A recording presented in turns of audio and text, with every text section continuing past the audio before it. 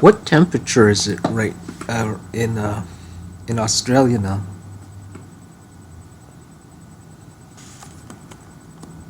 Kabajang? Kabajang? Kabajang? Kabajang?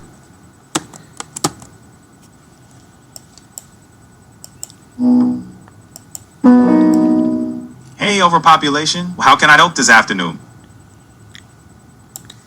What's the temperature in Australia? It varies, but generally it's ranging from around 17 to 31 degrees Celsius across major cities like Sydney, Melbourne, and... Ooh, don't use that major word. Got it. Keeping it simple. How's the weather for you there? So, I'm sorry, what's the weather again? Warm or hot? Yep, mostly warm across Australia. Anything else on your mind? What was the temp again? It's around 17 to 31 degrees Celsius. Everything good? Fahrenheit. Hey, no worries. What's up? No, Fahrenheit. Fahrenheit. Ah, my bad. That's about 63 to 88 degrees Fahrenheit. What's the temperature like in Fort Worth? You're not supposed to mention. You're not supposed to mention. I'm sorry. We're in story mode. I'm sorry. I forgot to tell you that. My apologies. No problem at all. Let's get back into story mode then. What's the next chapter? Okay, begin story mode now. Okay, we are. Okay, so Ready when you are. Right. So where should we go after Australia? Depends on the adventure you're after. How about New Zealand for stunning landscapes, or Japan for a mix of culture and tech? Where does your story take us?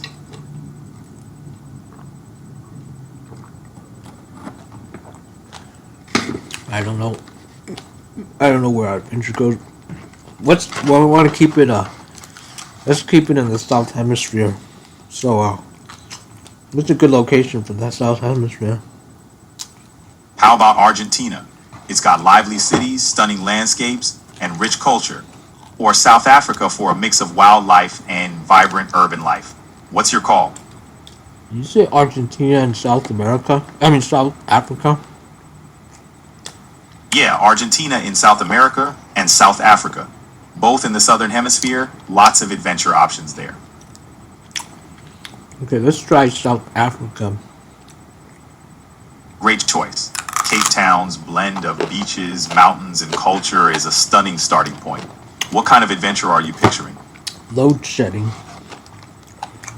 Yup, it can be challenging in South Africa, but it's also a reminder to appreciate the outdoors and connect with people.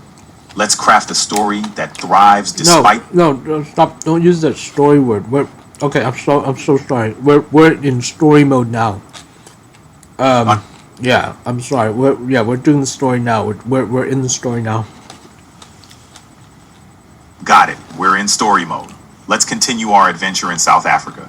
Should we explore the savannah or dive into the streets of Johannesburg? Load shedding. Facing load shedding in our story, huh? It adds a challenge. Okay. From now on, okay, let's forget about the story aspect. Let's not even. Okay, forget about the story. Okay, we're not gonna. I'm still gonna talk to you as if this is real life. So yeah, I apologize for that. Yeah, because because you keep saying story and okay, it's not your fault. Let's start over. Okay, we'll keep it real. This is all real. We're in the real world. Okay. Okay. Sure thing. Oh no! Don't use that sure word. No sure word. Got it. No more mentions of stories. No. Yeah, we'll keep it real. We're gonna keep it real. Okay. Load shedding. Load shedding can be a challenge in South Africa. It's a practice of scheduled power outages to prevent the electrical grid from collapsing. Would you like to know more about how people deal with it? Oh yeah. Yeah. Tell me. People manage load shedding by using generators, solar panels, and backup batteries. They also adjust their schedules to fit the power cuts. And many businesses have contingency plans. It's a big part of daily life there. So when is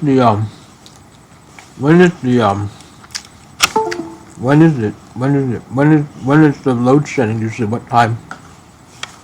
Load shedding schedules vary, but it usually happens during peak electricity demand times, like mornings and evenings. The specific times depend on the region and are usually announced by the local electricity provider.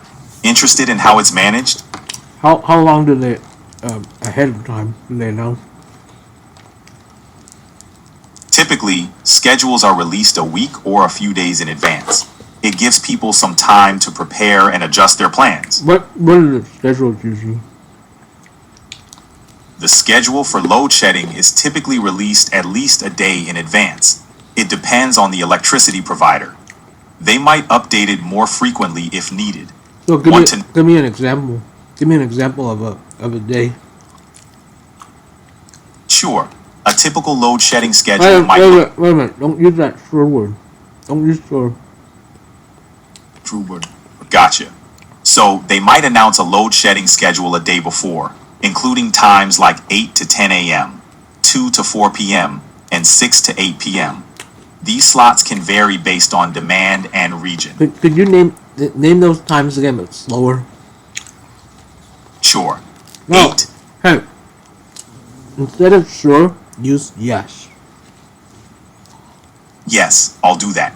So 8 to 10 a.m., 2 to 4 p.m., and 6 to 8 p.m. Okay, you said 8 to 10 p.m.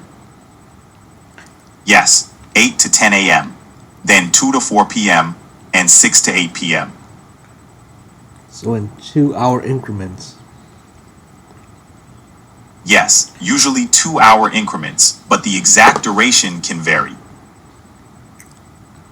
But its averages about 2 hours. Yes, about 2 hours per slot on average. It's a strategy to manage electricity demand. Okay, let me repeat the times again. 8 to 10, and then 2 to 4, and then 6 to 8. Yes, that's correct. 8 to 10, then 2 to 4, and finally 6 to 8. Okay, I think they choose those times because they imagine everybody's at work, and then 2 to 4 everybody's at school, and then 6 to 8 everybody's eating dinner. Yes, those times align with common activities, morning routines, school or work, and dinner. It's all about balancing demand. So you're saying that 6 hours, about a quarter of the day, no electricity. Yes, about a quarter of the day without electricity, spread across different times. It requires some considerable planning to navigate. Why don't they simply set it off at night?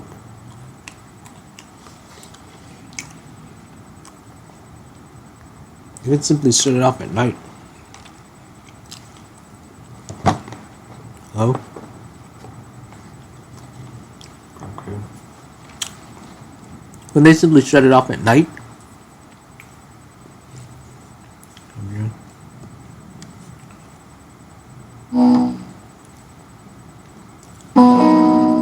Hey again, overpopulation. How's your day going?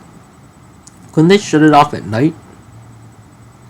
I don't think I can change that, but I'm here whenever you need to chat. I mean, the load shedding in South Africa. Couldn't they simply shut it off at night? Ah, I see. In South Africa, load shedding is usually scheduled to balance the electricity supply and demand, and they try to minimize disruption during critical hours. Shutting it off at midnight might not be effective because demand varies throughout the day. So they do it at times when it's most demand? No, less demand at day. Right. They target times of higher demand when the grid is most stressed, aiming to prevent blackouts. It's all about balancing the load on the electricity grid. But they have backup and solar and everything. So they don't completely shut down so there's not, any crime. Minimize the crime. Yes, exactly. Backup systems and solar energy help maintain essential services and reduce the impact of load shedding. Do they have Wi-Fi? Yes, Many areas have backup systems like solar energy and generators to provide electricity during load shedding. No, And do they have Wi-Fi? yes, they have Wi-Fi, often reliant on backup power sources during load shedding to keep people connected even when the electricity is down. So, yeah, they do their best to stay online.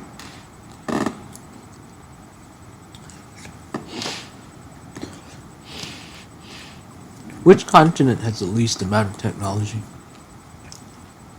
Antarctica is the least technologically developed, since it's mostly research stations and has no permanent residents. The extreme environment doesn't support widespread technology like other continents. And then after that, After Antarctica, Africa generally has less technological infrastructure compared to other continents, but it's rapidly advancing in many areas with the growth of tech hubs and mobile technology. tech hubs. What kind of tech hubs and mobile technology?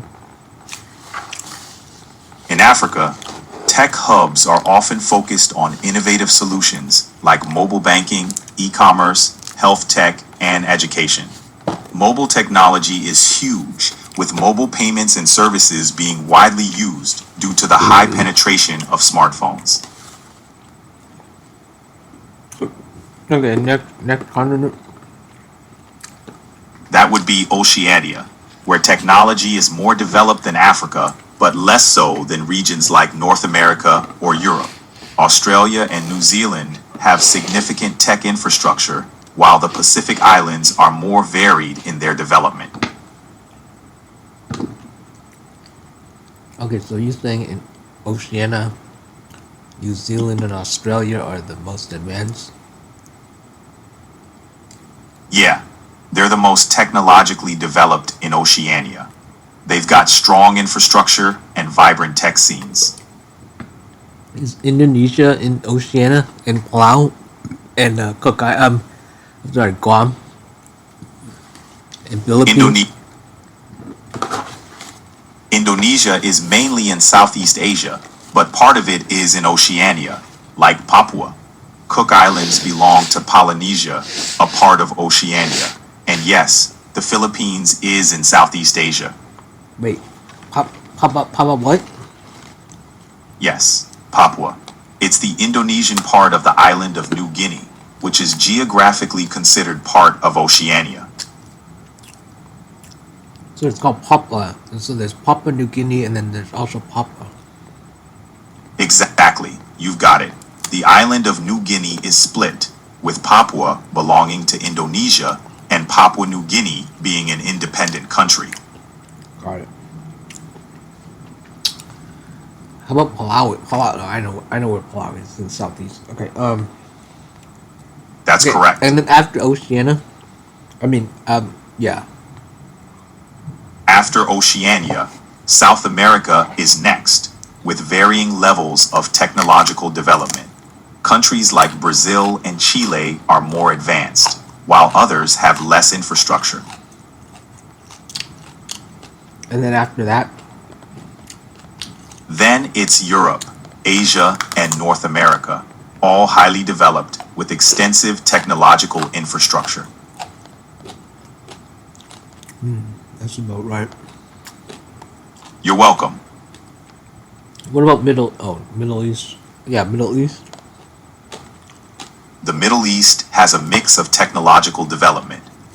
Countries like the UAE, Israel, and Saudi Arabia are quite advanced, while others vary. It's a region with rapid growth in tech sectors. How about compared to to Europe and North America? Compared to Europe and North America, the Middle East overall has less technological infrastructure, but some countries like the UAE and Israel are leading in tech innovation, making strides in catching up. So Dubai's actually behind UK and North America. In some areas, yes, the UAE is behind the UK and the US in terms of overall technological infrastructure. but it's rapidly advancing and leading in some sectors like smart cities and renewable energy projects. Smart city. What smart city there? Smart cities use technology to improve urban life. This includes things like smart traffic systems, efficient energy use, and digital services for residents. The goal is to make cities more sustainable and efficient. I noticed something. I have 3 bathrooms. Seems the bathroom in the bedroom is also has phantom flushing because I shut off the the other bathroom upstairs, but it's not in the bedroom one. That's interesting. The bathroom in the bedroom with phantom flushing might be due to a faulty toilet flapper or valve. Common issue, but fixable. Yeah, it's because when the weather, air pressure changes, right? Air pressure changes. Ah, air pressure changes could definitely affect the toilet, causing phantom flushing. Weather can impact the seal if there's a slight leak in the system. Interesting. Okay. All right. Well, looks like we're gonna be going to. Oh, hold on a second. I gotta. I'm here.